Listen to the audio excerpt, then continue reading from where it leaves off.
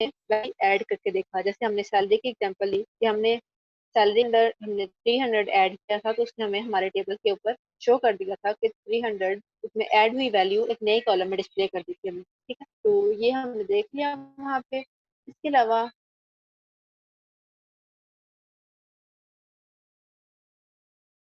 हाँ, ये हमने करके नहीं देखा।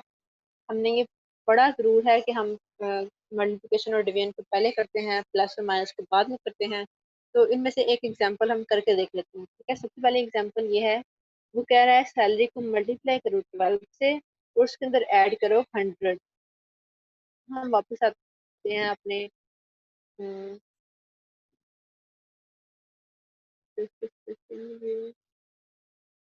ओके, ये हमारा टेबल था। ठीक है, इस टेबल के अंदर सारे कॉलम्स डिस्प्ले हो रहे हैं। हमने लास्ट टाइम जो क्यूरी लिखी थी वो ये लिखी थी कि सैलरी के अंदर 300 ऐड कर दो। वो कैसे लिखी थी, सेलेक्ट लिखा था पहले। सॉरी, एसक्यूएल पे जाना है, एसक्यूएल पे जाएंगे और यहाँ पे एडिटर ओपन होगा, तो एडिटर के अंदर हम लिखेंगे सेलेक्ट। उसके बाद हमने लिखा था एम्प्लॉय नेम, उसके बाद लिखा था सैलरी, उसके बाद लिखा था हमने सैलरी प्लस 300 फ्रॉम एम्प्लॉय। ये हमने काम किया। अभी हम चाहते हैं कि हम सैलरी को पहले 2 से मल्टीप्लाई करें और उसके अंदर 100 ऐड करें। हम ये चेक करने के लिए ये कर रहे हैं कि वो पहले क्या मल्टीप्लाई पे पहले सॉल्व करता है या पहले प्लस को सॉल्व करता है। ठीक है, फिर हम आंसर को चेक भी करेंगे जो आंसर आ रहे होंगे। तो मैं यहाँ पे लिखती हूँ 2 multiply salary plus 100 without any brackets. ठीक है, अब मैं इसको, ये मैंने क्या कर दिया, अच्छा, अब मैं इसको रन करती हूँ यहाँ से क्यूरी को। तो इसने मुझे एक आंसर दे दिया है। उसने 3 कॉलम्स हमें शो कर दिए हैं। पहले कॉलम में नेम है वही, दूसरे कॉलम में सैलरी है, तीसरे कॉलम में 2 इंटू सैलरी प्लस 100 है। तो ये चेक करें कि ये वाकई ठीक है या नहीं है। पहले मल्टीप्लिकेशन होनी थी, तो ये सैलरी क्योंकि 800 है, तो 800 को 2 से मल्टीप्लाई करेंगे तो वो हो जाएगा 1600। 1600 के अंदर हम 100 और ऐड करेंगे तो वो हो जाएगा 1700। तो इसका मतलब है कि उसने मल्टीप्लिकेशन ही पहले किया है, पहले प्लस नहीं किया। अगर वो पहले प्लस करता तो आंसर क्या आता, सैलरी प्लस 100 पहले करता, सैलरी 800 है, 800 प्लस 100 करता तो 900 आता। जब 900 आता तो उसको 2 से मल्टीप्लाई करने से आंसर हमारा 1800 आ जाना था। तो लेकिन हमारा आंसर गलत नहीं आया, हमारा आंसर बिल्कुल उस रूल के अकॉर्डिंगली आया है कि पहले मल्टीप्लाई हो रहा है उसके बाद वो प्लस हो रहा है। बेशक किसी और वैल्यू को भी चेक कर लें, सपोज ये देखें 1100 सेकेंड लास्ट पे, तो 1100 को 2 से मल्टीप्लाई किया तो वो आया 2200, और उसके अंदर 100 ऐड कर दिया तो वो आ गया 2300। तो इस तरह से ये हमने देख लिया कि प्रेसिडेंस कैसे काम करती है, किस तरह से पहले मल्टीप्लिकेशन में काम करता है, किस तरह से डिवीजन पहले होती है, और कैसे वो बाद में प्लस या माइनस को सॉल्व करते हैं। अब वापस आते हैं अपने मैनुअल के ऊपर। सेकंड बात उसने की है पैरेंथेसिस की।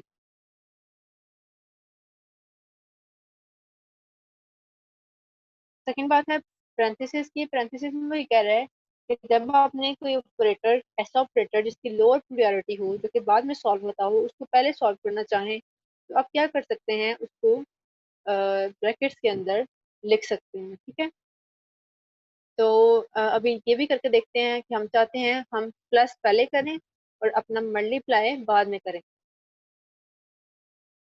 तो यहाँ पे हम वापस आते हैं अपने क्यूरी बॉक्स के अंदर, यहाँ पे एडिटर में आगे यहाँ पे वही क्यूरी लिखी हुई है, E name salary 2 into salary plus 100 और फ्रॉम एम्प्लॉयज। अब क्या करना है, सिंपल यहाँ पे मल्टीप्लाई के बाद ब्रैकेट लगाते हैं, bracket salary plus 100, salary plus 100। तो ये क्या करेगा कि पहले सैलरी को 100, सैलरी के अंदर 100 ऐड करेगा और फिर उसको मल्टीप्लाई करेगा 2 के साथ। ठीक है, तो जो भी सैलरी होगी उसमें 100 ऐड होगा पहले, मल्टीप्लाई वो बाद में करेगा, जो भी आंसर आएगा उसको मल्टीप्लाई करेगा 2 से। इसको चला कर देखते हैं। अच्छा, ये एक चीज देखे, मैंने अभी फॉर्मेट पे क्लिक किया तो ये क्या हुआ, फॉर्मेट पे क्लिक करने से उसने उसी क्यूरी को एक अच्छे फॉर्मेट में लिख दिया। ठीक है, उसने देखें पहले सिलेक्ट लिखा, सिलेक्ट क्या क्या करना है वो सारा उसने अलग अलग लाइन पे लिख दिया। फिर फ्रॉम लिखा उसने स्टार्ट पे, फिर फ्रॉम के बाद कहाँ से फ्रॉम, फ्रॉम यानी कि किस टेबल से सिलेक्ट करना है, तो उस टेबल का नाम उसने उसके अंडर लिख दिया।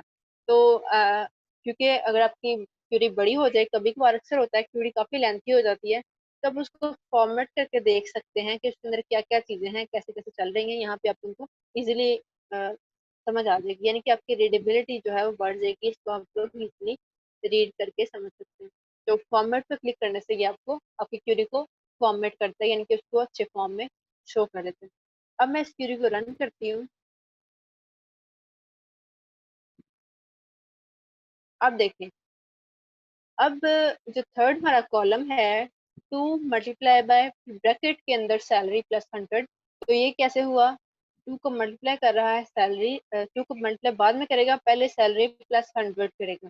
तो सैलरी थी 800, उसने उसके अंदर +100 किया तो कितना हो गया 900। जब आंसर यहाँ पे आ गया 900, फिर उसने बाहर उस ब्रैकेट से बाहर आया और उसको मल्टीप्लाई किया 2 से, तो वो आ गया 1800। तो ऐसे ही हम लोग बाकी वैल्यूज को भी चेक कर सकते हैं, लेकिन अभी करेंगे नहीं क्योंकि वो ऑब्वियसली ठीक ही है, क्योंकि एक ठीक है तो बाकी भी ठीक ही होंगी। तो वो भी ऐसे ही है कि पहले प्लस हो रहा है 100 के साथ और बाद में मल्टीप्लाई हो रहा है। लास्ट क्वेश्चन में क्या था कि पहले मल्टीप्लाई हो रहा था, बाद में प्लस हो रहा था, लेकिन अभी प्लस पहले क्यों हो रहा है, क्योंकि हमने पहले पेरेंथेसिस लगा दिए हैं, हमने उसको फोर्स कर दिया है कि तुमने पहले प्लस को ही सॉल्व करना है, तो पहले प्लस को ही सॉल्व करेगा। अच्छा, वापस आते हैं अपने मैनुअल के ऊपर।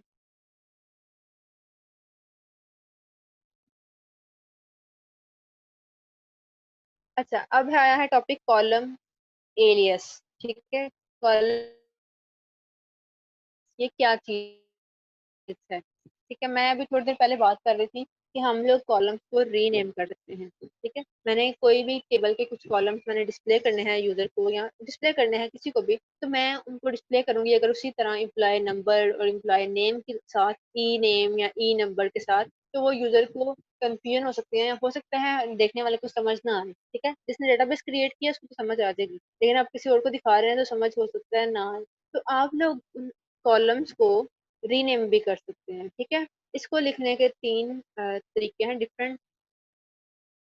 अब पहला देखें, आप कैसे लिखते हैं, सिलेक्ट, उसके बाद उस कॉलम का नाम जो कि ऑलरेडी है, जैसे कि ई नेम है, ई नेम उस कॉलम का नाम है, यानी कि एम्प्लॉय का नेम है। उसके बाद एज, ये एज का कीवर्ड यूज होता है। ठीक है, एज, ए एस। तो उसके बाद आपने डबल कोट्स के अंदर लिखना है एम्प्लॉय का नेम, यानी कि आप जो भी वहां पे कॉलम का नेम लिखना चाह रहे हैं ना नया, यानी कि यहाँ पे ई नेम था लेकिन आप चाहते हो कि ई नेम ना शो हो बल्कि मुझे एम्प्लॉय नेम शो हो, तो ये रीनेम होके आपके कॉलम का नेम एम्प्लॉय नेम आ जाएगा। तो ये कैसे लिखते हैं, सेलेक्ट उस कॉलम का पुराना नेम, उसके बाद एज, उसके बाद उस कॉलम का नया नेम। ठीक है, और फ्रॉम एम्प्लॉय वही चीज, इसको करके देखते हैं अभी।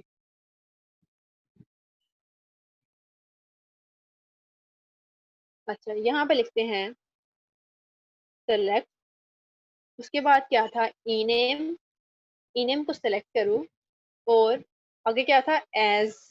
ठीक है, एज, और डबल कोट्स में लिख देती हूँ मैं एम्प्लॉय नेम फ्रॉम एम्प्लॉय। ठीक है, मैंने क्या कहा उसको, वही क्वेरी जो वहां पे लिखी हुई थी हमारे मैनुअल के ऊपर, सिलेक्ट ई नेम एज एम्प्लॉय नेम। ई नेम को सिलेक्ट करो लेकिन एज ए एम्प्लॉय नेम, यानी कि उसको उसकी कॉलम को रीनेम कर दो एम्प्लॉय नेम से। ठीक है, तो और कहाँ से वो सिलेक्ट कर रहे हो, एम्प्लॉय से, फ्रॉम एम्प्लॉय। अब मैं इसको चलाती हूँ, इस क्यूरी को रन करती हूँ। तो देखें, उसने मुझे एम्प्लॉय नेम वाला सारा कॉलम शो कर दिया, लेकिन उसकी हेडिंग देखें क्या शो हो रही है, नेम जो मैंने लिखा था डबल कोटेशन के अंदर, ये वाला उसने नाम हमें यहाँ पे शो किया। ठीक है, अब एम्प्लॉय में जाते हैं, हम किसी और का नाम भी चेंज करके देखते हैं। ठीक है, एम्प्लॉय का टेबल देख बोलते हैं पहले, उसका रियल नेम वही है, ई नेम ही रहा है। ठीक है, लेकिन वहां पे बस जब हमने डिस्प्ले किया तो डिस्प्ले होते वक्त उसका जो रीनेम हुआ हुआ नया नाम आया था वो वहाँ पे डिस्प्ले होगा। अब मैं चाहती हूँ मैं इम्प्लॉय नंबर और इम्प्लॉय नेम, क्योंकि ये ई नंबर और ई नेम लिखा हुआ है तो यूजर को हो सकता है समझ ना आए, व्यूअर को समझ ना आए, तो हम यहाँ पे इसको कंप्लीट इम्प्लॉय नंबर लिखना चाहते हैं और कंप्लीट इम्प्लॉय नेम लिखना चाहते हैं। ठीक है, ये कैसे करेंगे?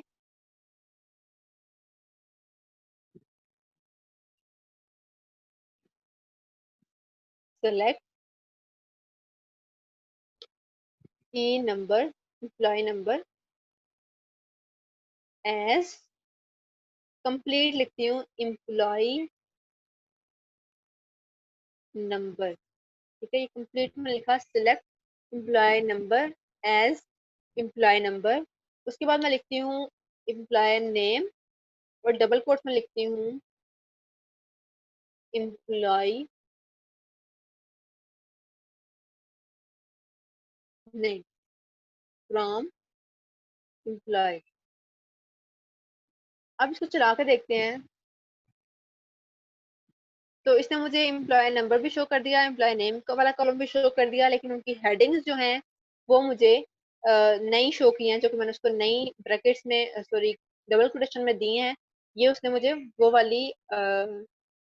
वाले हेडिंग्स शो की हैं, बल्कि पुरानी वाली नहीं की। ठीक है, तो अभी वापस आते हैं अपने मैनुअल के अंदर, तो देखें यहाँ पे उसने दूसरा मेथड ये बताया है कि आप सिलेक्ट लिखो ई नेम और बीच में एज बेशक ना लिखो, एज ना लिखो और डायरेक्टली डबल कोटेशन के अंदर एम्प्लॉय नेम लिख दो, और उसके बाद जो भी दूसरा टेबल है, दूसरा आपका कॉलम है, जैसे मैंने वहां पे एम्प्लॉय नंबर लिखा था उसको लिखो, और अपना उसके बाद उसका रीनेम जो नया नेम है वो लिखो।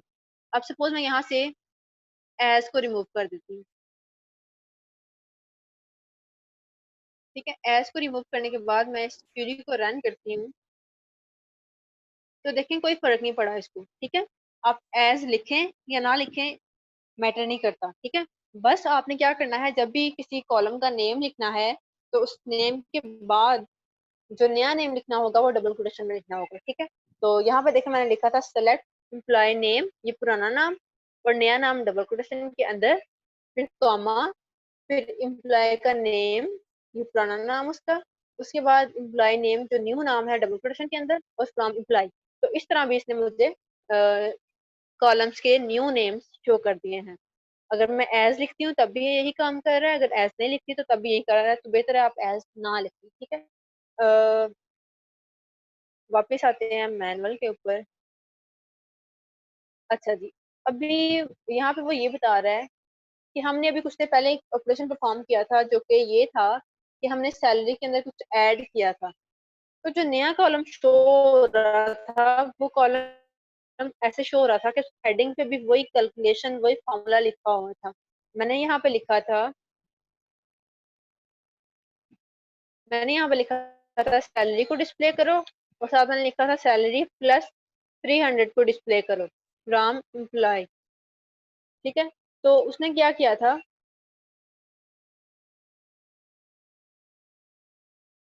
उसने मुझे सैलरी वाला कॉलम भी शो किया, उसके अंदर 300 ऐड करके वो कॉलम भी शो किया, लेकिन जो हेडिंग्स हैं सैलरी वाले की तो हेडिंग वही है जो जो कि ऑलरेडी है टेबल के अंदर, लेकिन सैलरी प्लस 300 के अंदर वैल्यू वो है जो कि एक्सप्रेशन है हमारा। ठीक है, तो हम इसकी हेडिंग भी चेंज कर सकते हैं। तो मैं सैलरी वाले की हेडिंग लिखना चाहती हूँ कंप्लीट सैलरी। ठीक है, सारे लेटर्स में। उसके बाद मैं सैलरी प्लस 300 की हेडिंग लिखना चाहती हूँ कि सपोज देखती हूँ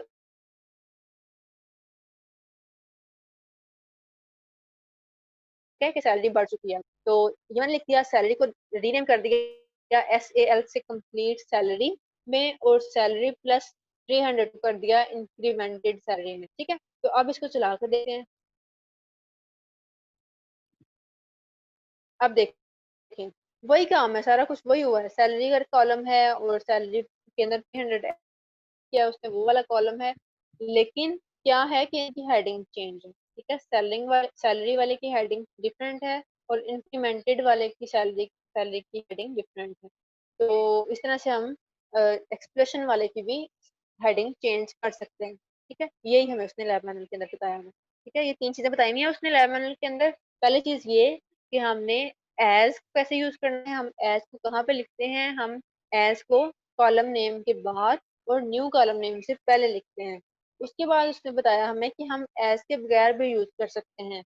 हम ई नेम को एम्प्लॉय नेम यानी कि डायरेक्टली उसके साथ ही पहले पुराना नेम लिखेंगे फिर न्यू नेम लिखेंगे, और कॉमा लगा के अगली भी सारी चीजें इसी तरह, पहले पुराना नेम फिर न्यू नेम, और इसी तरह वो काम करता रहेगा। और लास्ट में उसने थर्ड पे उसने ये बताया हमें कि हम किसी एक्सप्रेशन को, जब हम किसी के अंदर कोई ऑपरेशन परफॉर्म करते हैं किसी कॉलम के अंदर, तो उस कॉलम की हेडिंग भी हम सेट कर सकते हैं। ठीक है, उस कॉलम की हेडिंग में जो एक्सप्रेशन लिखा रहने के बजाय हम उसके अंदर अपना न्यू कोई हेडिंग नेम, या जैसे हमने अभी एनुअल सैलरी या इंक्रीमेंटेड सैलरी लिखा था तो वहां पे वो लिख सकते हैं। अच्छा, इसके बाद एक पॉइंट है नल वैल्यू। ठीक है, नल वैल्यूज क्या करता है, इसमें वो ये बता रहा है, मैंने आपको पहले भी बताया कि नल वैल्यू ऐसी होती है जो कि ना तो जीरो होती है और ना ही स्पेस हो सकती है, क्योंकि जीरो भी तो एक वैल्यू है, जीरो भी एक नंबर है, तो जीरो भी एक वैल्यू है, तो जीरो इज नॉट नल। ठीक है, नल ऐसी चीज है जो कि बिल्कुल खाली पड़ा हुआ है, कुछ भी नहीं है वहां पे, वो सेल पूरे का पूरा खाली है। तो यहाँ पे उसने लिखा हुआ है null is value that is unavailable, unassigned, unknown या और अनएप्लीकेबल, कि जिसका हमें पता ही नहीं है, मतलब कुछ है ही नहीं वैल्यू। अगर जीरो है तो उसका मतलब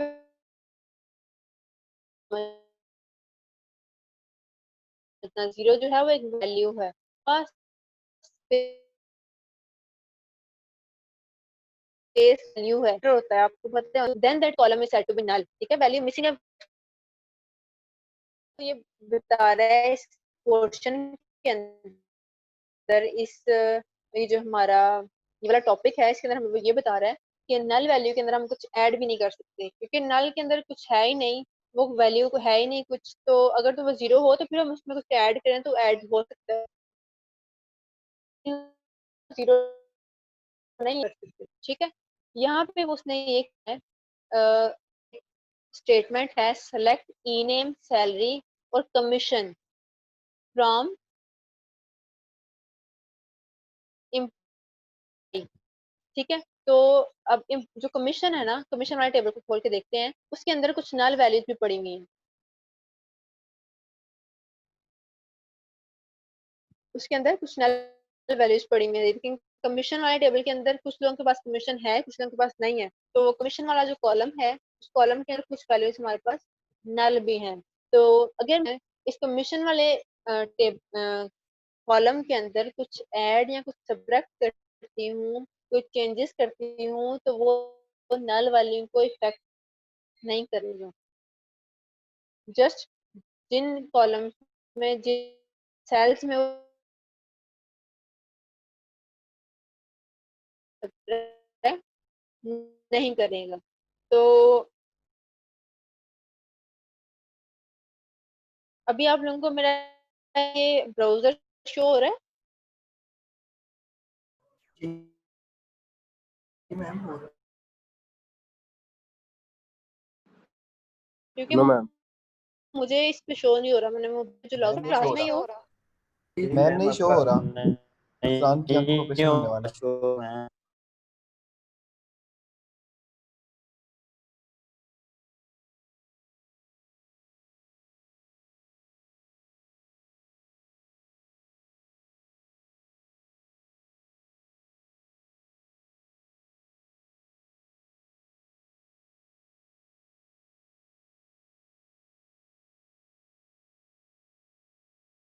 अच्छा जी, ये अब शो है ना?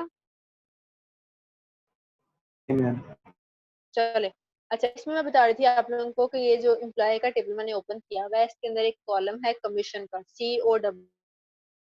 ठीक है, इस कॉलम के अंदर कुछ नल पड़ी हैं, कुछ वैल्यूज 300 500 इस तरह कुछ नंबर्स पड़े हैं, कुछ वैल्यूज जो है वो नल है, वहां पे ना तो जीरो है ना कोई एम्प्टी स्पेस है, वहां पे नल पड़ा है। ठीक है, तो अभी हम क्या करेंगे, हमने क्योंकि पढ़ा कि हम नल वैल्यूज के अंदर कुछ ऐड या सब्ट्रैक्ट करें तो वो उससे कोई असर नहीं पड़ता उसके ऊपर, वो नल ही रहती है। तो अभी हम ये करके देखते हैं कि वाकई में ऐसा होता है या नहीं होता। तो मैनुअल पे आए, देखें क्या कर रहा है। उसने क्या किया है, पहले ई नेम, सैलरी और कमीशन को डिस्प्ले किया है। उसके बाद उसने क्या किया है, सेकंड स्टेटमेंट के अंदर ई नेम सैलरी को डिस्प्ले किया है, लेकिन कमीशन के अंदर 100 ऐड कर दिया। ठीक है, कमीशन के अंदर 100 ऐड कर दिया। और उसके बाद उसको नया कॉलम, ऐसे न्यू कॉलम शो किया है जिसका नाम रखा है उसने न्यू कमीशन। यहाँ पे उसने एलियस यूज किया है, एज यूज किया हुआ है, ठीक है। तो अभी करके देखते हैं।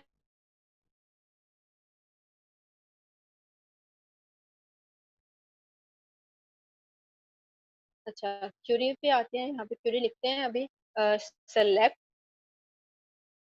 सिलेक्ट क्या करना था पहले, इन आई गेस ई नेम ही था, उसके बाद सैलरी थी।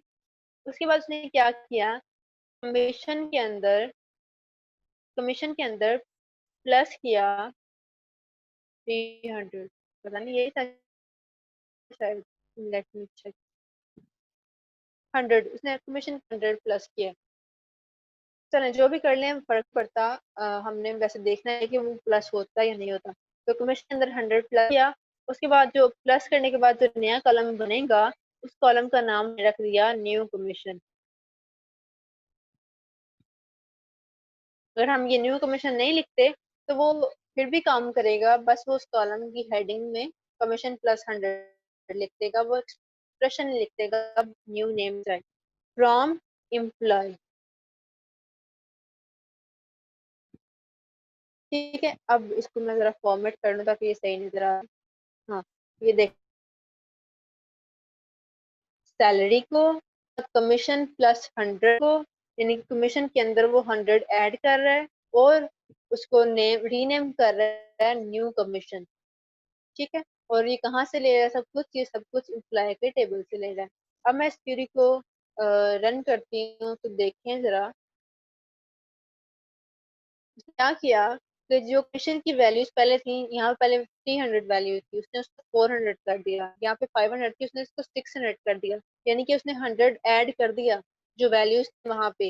लेकिन जो नल हैं उनको उसने रहने दिया, उनको चेंज नहीं किया। ठीक है, तो ये आपने हमेशा याद रखना है कि जहाँ पे नल होगा वहां पे कुछ भी एडिशन या सब्ट्रैक्शन नहीं होगा, कोई भी ऑपरेशन परफॉर्म। जीरो पड़ा होता तो जीरो के अंदर 100 ऐड हो जाता, लेकिन ये जीरो तो नहीं, तो नल है।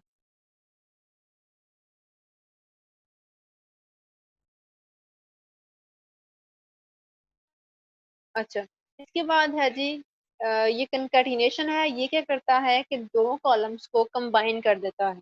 ठीक है, अ, इसको पहले सिंपल वे में देखते हैं। यहाँ पे सबसे पहले कंकैटिनेशन कैसे करते हैं। कंकैटिनेशन का मतलब क्या होता है कि दो चीजों को कंबाइन करके लिख देना। ठीक है, कोई भी दो वैल्यूज हैं, अगर मैं उनको कंबाइन कर दूंगी तो वो कंकैटिनेशन कहलाएगी। यहाँ पे वो सपोज मैं चाहती हूँ कि कोई भी एम्प्लॉय का नेम है और उसकी जॉब है, ये सब कुछ कंबाइन होके एक कॉलम में आ जाए, तो ये कैसे आएगा। ये जो मैं कंकैट का कीवर्ड यूज कर रही हूँ, CONCAT, ये काम करेगा कि एम्प्लॉय के नेम को और जॉब को कंकैटिनेट कर देगा, दोनों को एक कॉलम में कन्वर्ट कर देगा। अब देखते हैं करके इसको।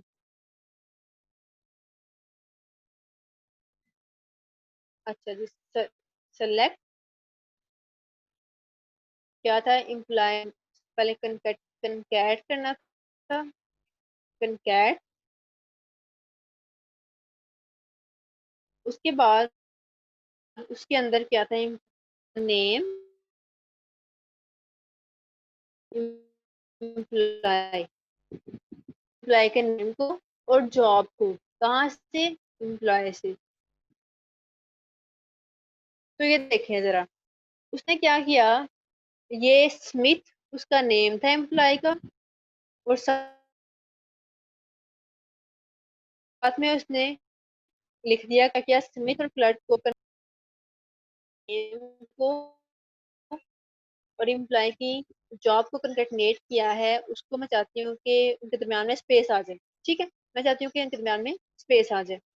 तो स्पेस कैसे लाऊंगी,